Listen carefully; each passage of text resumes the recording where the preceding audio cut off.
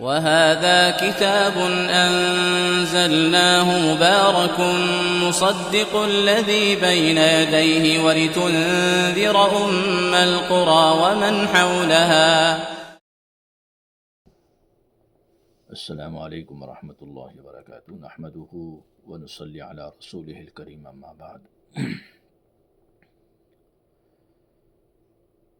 آج ہم ایک صحابی رسول جناب سیدنا سعید بن عامر رضی اللہ تعالی عنہ کا ذکر خیر کریں گے۔ ان کا تذکرہ جو ہمیں کتابوں میں ملتا ہے وہ اس وقت کا ہے جب وہ قریش کے سرداروں کی دعوت پر مکۃ المکرمہ کے مقام تنعیم میں اس منظر کو دیکھنے کے لیے آئے جو بدر کے مقتولین کے بدلے میں سیدنا خبیب بن عدی رضی اللہ تعالی عنہ کی انتقامی شہادت کا موقع تھا۔ اس وقت سعید بن عامر ایک نوجوان اور طویل القامت انسان تھے۔ وہ بھی اس منظر کو اپنی آنکھوں میں جذب کرنے کے لیے عام قریش کے لوگوں کی طرح مقام تنعیم پر آئے، اور جب انہوں نے دیکھا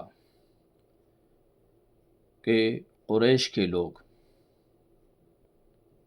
سیدنا خبیب بن عدی رضی اللہ تعالی عنہ کو پکڑ کر اس مقام تک لا رہے تھے جو ان کی شہادت کے لیے قریش والوں نے مقرر کیا تھا، جب سیدنا خبیب بن عدی رضی اللہ تعالی عنہ کو اس مقام کی طرف لایا جا رہا تھا تو اس وقت مکہ کے مشرکین کا ایک ہجوم تھا، اس میں عورتیں، بچے، نوجوان، سردار سب شامل تھے۔ بچوں کی اور عورتوں کی آوازیں آ رہی تھیں کہ اس شخص کو مار ڈالو، اس کی زندگی کا خاتمہ کر دو۔ اس شور میں سعید بن عامر نے ایک پرسکون سی آواز سنی، اور یہ آواز سیدنا خبیب بن عدی رضی اللہ تعالی عنہ کی آواز تھی۔ انہوں نے بڑے پرسکون انداز میں مکہ کے سرداروں سے مخاطب ہوئے اور کہنے لگے کہ اگر تم مجھے اجازت دے دو تو میں 2 رکعت نماز پڑھنا چاہتا ہوں۔ انہوں نے اجازت دے دی۔ سعید بن عامر کہتے ہیں کہ میں نے دیکھا کہ ایک شخص جس کی موت اس کے بالکل قریب تھی، وہ بیت اللہ کی طرف اس نے منہ کیا اور 2 رکعت نماز پڑھنے لگا۔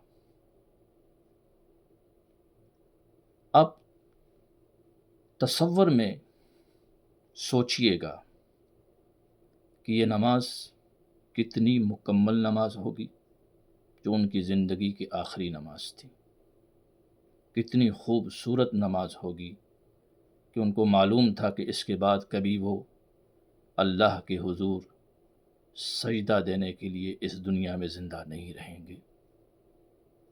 انہوں نے جلد از جلد نماز ختم کی اور پھر مکہ کے سرداروں کو اپنی آنکھوں میں آنکھیں ڈال کر دیکھنے لگے اور کہنے لگے بخدا اگر مجھے اس بدگمانی کا اندیشہ نہ ہوتا کہ تم کہیں یہ نہ سمجھ بیٹھو کہ میں نے نماز کو موت کے ڈر سے طویل کر دیا ہے تو میں نماز میں اور زیادہ وقت صرف کرتا۔ اس کے بعد قریش کے وہ لیڈر اپنی انتقام کی آگ کو ٹھنڈا کرنے کے لیے خبیب بن عدی کو اس مقام تک لے گئے۔ پھر وہاں انہوں نے جو ان کے ساتھ کیا وہ تاریخ میں ظلم کی ایک عجیب مثال تھی کہ خبیب بن عدی رضی اللہ تعالی عنہ زندہ حالت میں ان کے جسم کے اعضاء کاٹنے شروع کر دیے۔ ایک ایک جسم کا پارٹ وہ کاٹتے گئے اور ساتھ میں ان سے یہ کہتے گئے کیا تمہیں یہ پسند نہیں کہ تمہاری جگہ نعوذ باللہ من ذالک محمد صلی اللہ علیہ وسلم ہوں اور تم اس تکلیف سے بچ جاؤ۔ سعید بن عامر کہتے ہیں کہ میں نے زندگی کا یہ رخ کبھی نہیں دیکھا تھا کہ اس حالت میں بھی جب ان کے جسم سے خون بہہ رہا تھا اور اعضاء کٹ رہے تھے تو وہ جواب یہ دے رہے ہیں کہ خدا کی قسم مجھے یہ قطعاً پسند نہیں ہے کہ میں اپنے گھر والوں کے درمیان امن اور چین سے بیٹھ جاؤں اور جناب نبی کریم صلی اللہ علیہ وسلم کے جسم میں کوئی کانٹا چبھ جائے تو میں تو اس کو بھی پسند نہیں کرتا ہوں۔ اسی حال میں وہ ان کے جسم کے اعضاء کاٹتے گئے۔ ہر عضو کے کاٹنے کے بعد وہ ان سے یہی سوال کرتے اور سیدنا خبیب بن عدی کا ان کو سیم یہی جواب ہوتا۔ اور دوسری طرف سعید بن عامر کہتے ہیں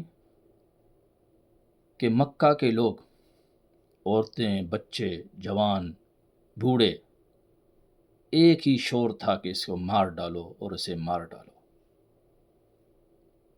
اسی دوران سعید بن عامر کی نگاہیں سیدنا خبیب بن عدی رضی اللہ تعالی عنہ کے چہرے پر گئیں تو کیا دیکھا کہ انہوں نے اپنا چہرہ آسمان کی طرف اٹھا رکھا تھا، آنکھیں آسمان کی طرف تھیں اور اللہ سے یہ التجا کر رہے تھے کہ الہی ان سب ظالموں کو شمار کر لے اور انہیں اس تباہی کا مزہ چکھا دے، ان میں سے کسی کو معاف نہ کر۔ یہ کہتے ہوئے انہوں نے اپنی زندگی کی آخری سانسیں لیں اور مقام شہادت پر فائز ہو گئے۔ یہ واقعہ ہو گیا۔ قریش کے لوگ خبیب بن عدی رضی اللہ تعالی عنہ کو شہید کر کے واپس اپنے گھروں کو پلٹ گئے۔ دن اور رات بیتتے چلے گئے، لیکن سیدنا سعید بن عامر رضی اللہ تعالی عنہ ان کے دل سے اس واقعہ کی جو صورت بنی تھی وہ نہ مٹ سکی۔ وہ جب سوتے تو ان کو خواب میں یہی نظر آتا کہ خبیب بن عدی رضی اللہ تعالیٰ عنہ بد دعا کر رہے ہیں اور نگاہیں آسمان پر اٹھائی ہیں، تو وہ کہتے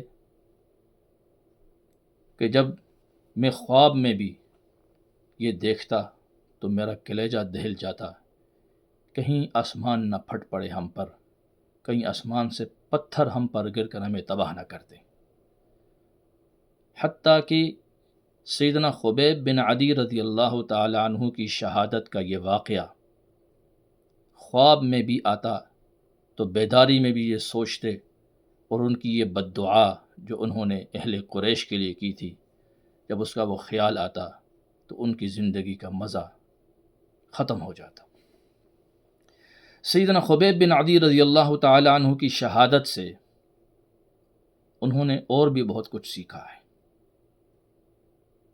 انہوں نے سیکھا ہے کہ حقیقی زندگی عقیدے اور عقیدے کی راہ میں تا دم آخر مسلسل جہاد کا نام ہے، کہ انسان جس عقیدے پر کھڑا ہے، جس چیز پر اس کا بلیو ہے، وہ اس کی پوری زندگی پر حاوی، یہاں تک کہ وہ عقیدہ اس کی موت کا سبب بن گیا، لیکن اس نے عقیدہ نہیں چھوڑا۔ دوسری بات جو اس واقعہ سے انہوں نے سیکھی وہ یہ تھی کہ ایک مضبوط ایمان ایسے عجیب و غریب کردار کو جنم دے سکتا ہے جو عام حالات میں انسان کو نظر نہیں آتے۔ یہ صحابہ اکرام رضوان اللہ علیہم اجمعین کی زندگیاں تھیں کہ انہوں نے جب کلمہ پڑھا اور جب حضور علیہ الصلاۃ والسلام کی رفاقت کو، ان کی صحبت کو اختیار کیا، تو پھر اس پر جان دینا ان کے لیے آسان تھا، لیکن اس رفاقت سے، اس کلمے سے پیچھے ہٹ جانا ان کے لیے ناممکن تھا۔ تو یہ ایک عجیب زندگی کا ایک نقشہ سیدنا سعید بن عامر رضی اللہ تعالی عنہ کے سامنے آیا ہے۔ اس سے پہلے تو ان کی زندگی ایک عام انسانوں کی زندگی تھی، بس پیدا ہو گئے، بس کما لیا، عیاشی کر لی، اپنی منمانی زندگی گزار دی، اپنے بنائے ہوئے عقیدوں کے مطابق کبھی رد و بدل کر دیا، اور اس طرح اپنی زندگی گزار کے چلے گئے۔ لیکن یہ عجیب زندگی ان کے سامنے آئی کہ ایک شخص جس نے اللہ کا کلمہ پڑھا ہے، جس نے رسول اللہ صلی اللہ علیہ وسلم کی رفاقت کو اختیار کیا ہے، اور پھر دنیا کی کسی چیز میں اس کو کوئی مزہ نہیں۔ یہ زندگی کے سانسیں ان کے لیے کوئی معنی نہیں رکھتی تھی۔ ایسا عجیب و غریب کردار انہوں نے زندگی میں نہیں دیکھا تھا۔ یہ واقعہ ہو گیا، اللہ نے اس واقعہ کے بعد، اس شہادت کے واقعہ کے بعد، سیدنا سعید بن عامر رضی اللہ تعالی عنہ کے دل میں اسلام کی روشنی بھر دی کہ وہ کیا اللہ ہوگا جس کے لیے یہ لوگ اپنی جانیں دے دیتے ہیں، اور وہ کون سا لیڈر ہے جس کو اپنا لیڈر مانتے ہیں، جس کو نبی مانتے ہیں، اور جس کے لیے سب کچھ قربان کر دیتے ہیں، وہ کیسا ہوگا۔ تو سعید بن عامر رضی اللہ تعالیٰ عنہ نے مکہ کو چھوڑا، مدینہ منورہ ہجرت کی، اسلام کو قبول کیا، حضور نبی کریم صلی اللہ علیہ وسلم کی صحبت میں رہے، خیبر اور اس کے بعد آنے والے تمام غزوات میں وہ شریک ہوئے۔ جب حضور علیہ الصلاۃ والسلام اس دنیا کو چھوڑ کر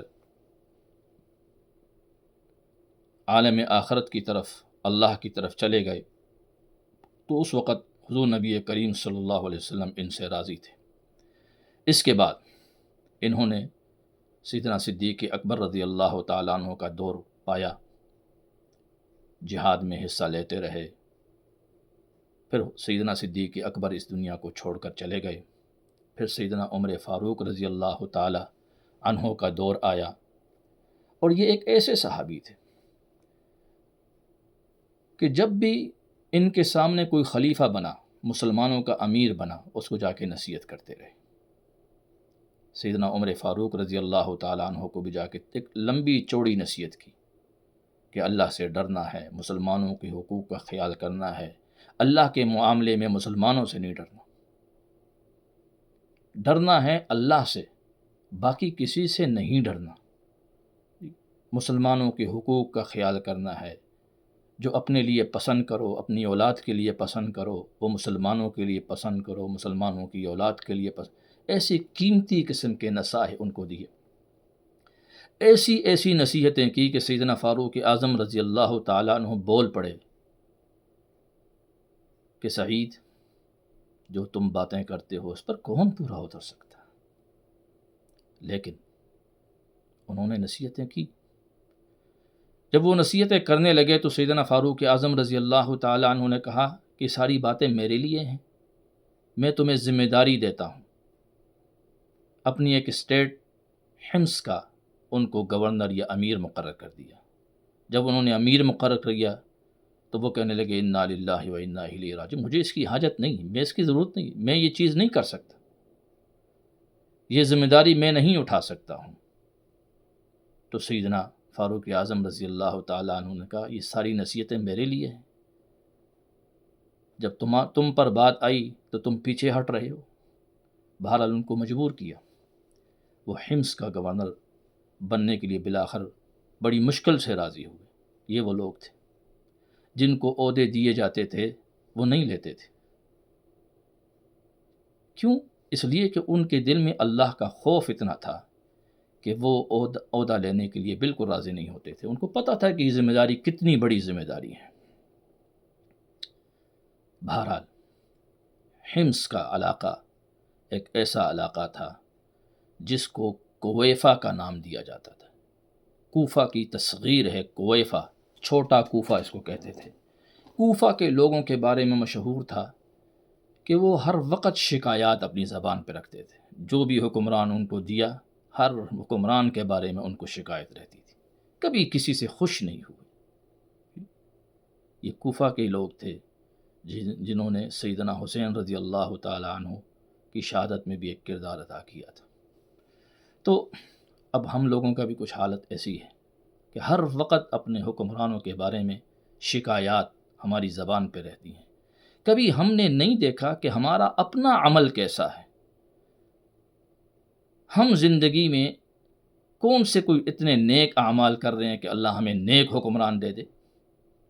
تو حکمرانوں پر بات کرنے سے پہلے ہم خود اپنے گریبان میں جھانکیں سب سے پہلے، اس کے بعد اپنی سوسائٹی کو دیکھیں کہ وہ کیا کر رہی ہے، کیا وہ نیک لوگوں پر مشتمل ہے۔ سوسائٹی کے اندر اکثریت نیک لوگوں کی ہے، سچوں کی سوسائٹی ہے۔ اگر ایسا نہیں ہے تو پھر اللہ حکمران بھی ایسے ہی دے گا۔ تو عرض یہ کر رہا تھا کہ حمص کو چھوٹا کوفہ کہا جاتا تھا، وہاں کے یہ حکمران بنے۔ تو سیدنا فاروق اعظم رضی اللہ تعالیٰ عنہ نے فرمایا کہ میں تمہارے لیے کچھ وظیفہ مقرر کر دیتا ہوں، کچھ زیادہ تنخواہ، تم گورنر ہیں، امیر بن کے جا رہے ہیں۔ وہ کہنے لگے مجھے ضرورت نہیں، جتنا مجھے آلریڈی مل رہا ہے بیت المال سے وہ میری ضرورت سے وہ بھی زیادہ ہے، مجھے اور نہیں چاہیے۔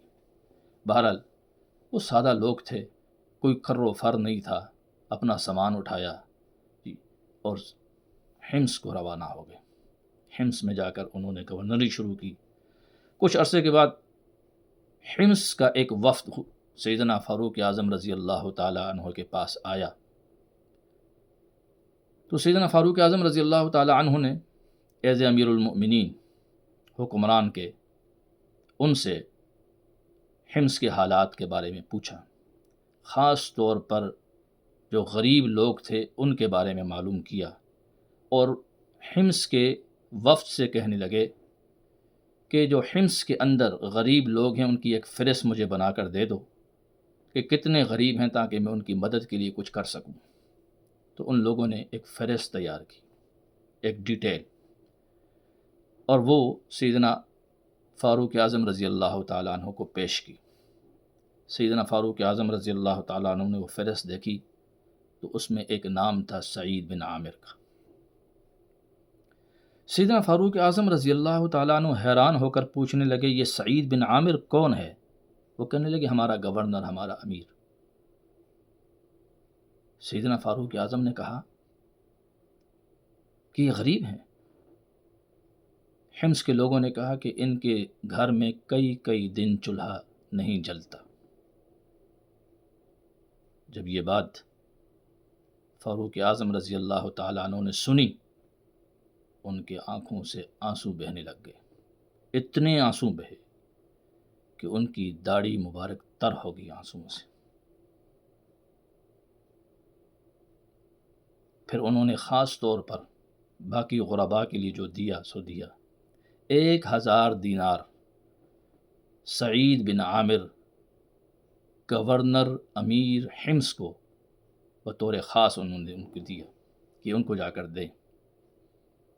جب یہ وفد حمص آیا اور 1000 دینار کا وہ تھیلا اشرفیاں جس کے اندر تھیں وہ سعید بن عامر رضی اللہ عنہ کے گھر پہنچایا، جب انہوں نے وہ تھیلا کھولا، اندر 1000 دینار دیکھے تو ان کی زبان سے ایک لفظ نکل گیا، انا للہ و انا الیہ راجعون۔ ان کی بیوی نے جب سنا تو پریشان ہو کر پوچھنے لگی کیا ہو گیا ہے؟ کوئی عجیب واقعہ ہو گیا، کوئی بہت بڑا واقعہ ہو گیا ہے، کہیں امیر المومنین فوت تو نہیں ہو گئے؟ وہ کہنے لگے اس سے بھی بڑا واقعہ ہے۔ کہنے لگے کہیں کسی محاذ پر مسلمانوں کو شکست تو نہیں ہوگی؟ وہ کہنے لگے اس سے بھی بڑا واقعہ ہے۔ کہنے لگے ہمارے گھر میں دنیا آ گئی ہے اور یہ دنیا کہیں میری آخرت کو نہ برباد کر دے۔ ان کی سوچ ڈیفرنٹ تھی، وہ آخرت کے بارے میں اتنا سوچتے تھے کہ یہ دنیا کی تھوڑی سی چیز بھی ان کو ایسا محسوس ہوتی تھی کہ ہماری آخرت نہ برباد کر دے۔ بہرحال انہوں نے وہ تمام کی تمام دینار اس کو حمص کے غرباء میں تقسیم کر دی۔ کچھ عرصے کے بعد سیدنا فاروق اعظم رضی اللہ تعالی عنہ حمص آئے، دورہ کیا۔ اب ان کا دورہ ایسا نہیں ہوتا تھا کہ وہ سیدھا گورنر کے پاس چلے جائیں گے، امیر المومنین آئے ہیں، نہیں، وہ عوام کے پاس جاتے تھے، عوام سے جا کر پوچھتے تھے، ان کی شکایات معلوم کرتے تھے۔ انہوں نے عوام سے جا کے پوچھا کہ بتاؤ میں نے تمہاری طرف گورنر اور ایک امیر بھیجا ہے سعید بن عامر کو، کیسا ہے وہ، تمہارے ساتھ اس کے معاملات کیسے ہیں؟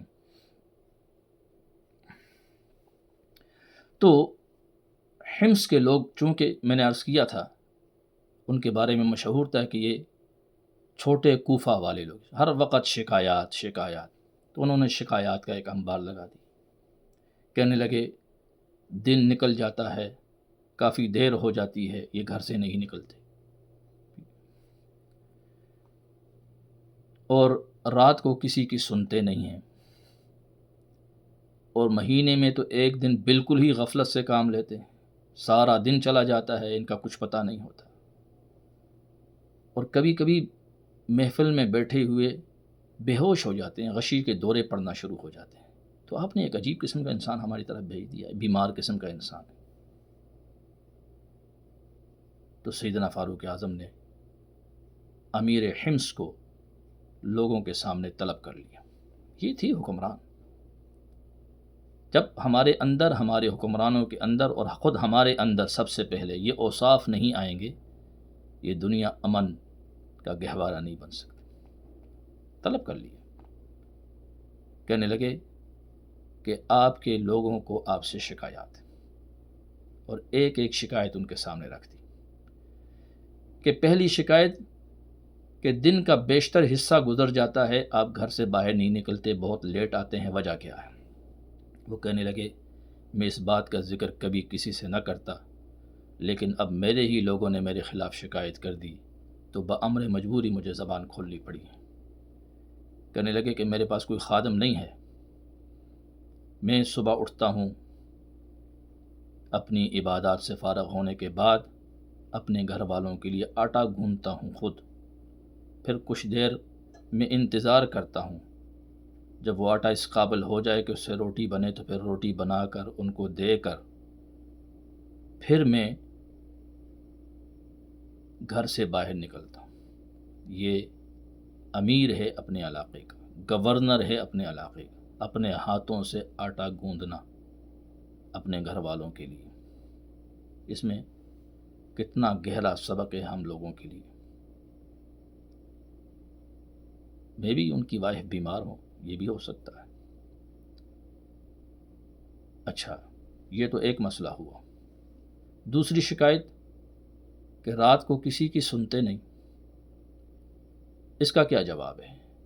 تو سیدنا سعید بن عامر رضی اللہ تعالیٰ عنہ کہنے لگے دن لوگوں کے لیے ہے، رات رب کے لیے ہے، رات میں اللہ کی عبادت میں لگا رہتا ہوں بس۔ اب تیسری شکایت، مہینے میں ایک دن انتہائی غفلت سے کام لیتے ہیں،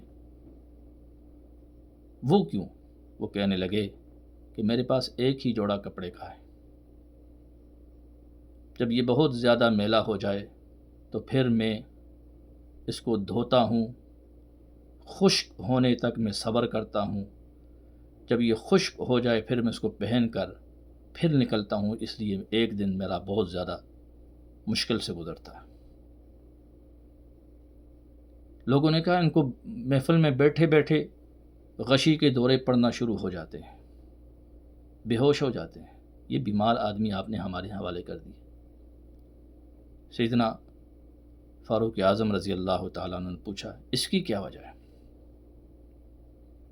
تو وہ کہنے لگے کہ مجھے سیدنا خبیب بن عدی رضی اللہ تعالیٰ عنہ کی شہادت کا منظر جب میری آنکھوں کے سامنے آتا ہے تو میں اپنے اوپر کنٹرول حاصل نہیں کر سکتا، مجھے اس بات کا شدید ترین افسوس ہے کہ ان کی شہادت ایسی دردناک شہادت میری سامنے ہوئی اور میں نے ان کی کوئی مدد کیوں نہیں کی۔ کہیں اللہ مجھ سے یہ سوال نہ کر بیٹھے کہ میرا ایک بندہ مظلومانہ مارا جا رہا تھا، تم نے اس کے خلاف آواز کیوں نہیں اٹھائی۔ یہ سوچ کر میں بے ہوش ہو جاتا ہوں۔ اس میں کتنا گہرا سبق ہے آج کی اس سوشل میڈیا کے اندر رہنے والی عوام کے لیے، کہ جہاں کوئی واقعہ ہو جاتا ہے، کوئی حادثہ ہو جاتا ہے تو ہر ایک اپنے کیمرے لے کر پہنچ جاتا ہے، اور وہاں لوگ تڑپ رہے ہوتے ہیں، مر رہے ہوتے ہیں، اور کوئی ان کا پرسان حال نہیں ہوتا۔ تو کیا اللہ ہم سے پوچھے گا نہیں؟